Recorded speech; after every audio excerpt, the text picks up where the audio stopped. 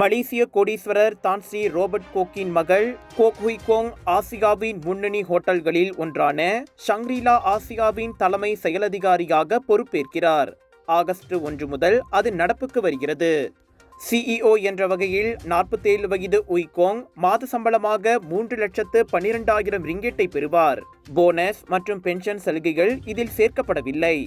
2016 ஜூனில் அந்த ஹோட்டலின் தலைமை நிர்வாகியாகவும் பிறகு அதன் தலைவராகவும் பணியாற்றிய அனுபவம் அவருக்கு உண்டு. ஷங்க்ரீலா ஆசியாவில் நேரடி மற்றும் நேரடி அல்லாத 95.57 மில்லியன் பங்குகளை அவர் வைத்துள்ளார். அந்நிறுவனத்தின் மொத்த பங்குகளில் அது 2.7 விழுக்காடாகும்.